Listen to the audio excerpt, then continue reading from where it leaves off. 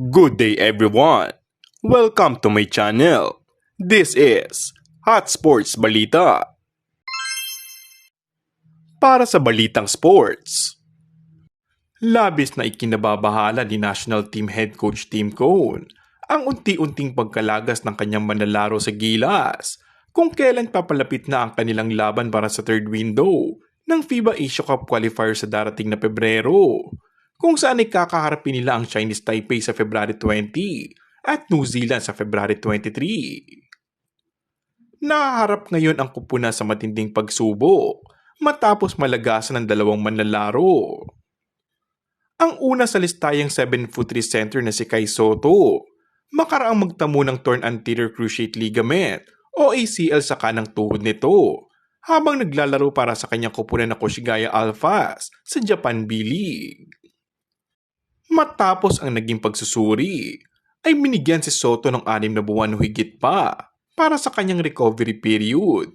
Ngunit wala pang kasiguraduhan kung makakabalik agad si Sotto sa paglalaro.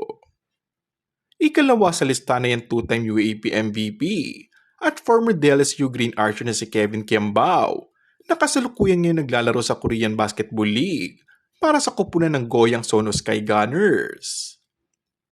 Sa debut game ni KQ, kung saan ay nagtala agad nito ang kanyang unang punto sa liga mula sa 3-point area. Kaagad namang inilabas si Kiambao matapos ang ilang minuto ng paglalaro, makaraang magtamo ito ng injury sa kanang bahagi ng paa na sanhi upang hindi na muling pabalikin sa laban. Samantala, kung may mawawala ay mayroon namang nagbabalik. Matapos muling magparamdam si 6'7" power forward at current Barangay Ginebra player na si Jaime Malonzo at magpakita muli ng interes na muling mapasama sa national pool. For sure, I can't miss Gilas window back to back. I want to be part of it. Definitely, ayon kay Malonzo. Sa ngayon ay wala pang ibinibigay na pahayag si Coach Tim Cone patungkol sa issue at kung ano ang kanyang magiging sunod na hakbang upang punan ng mga naiwang posisyon ni Sotto at Kiambao.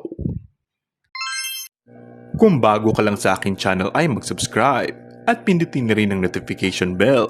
Maraming salamat!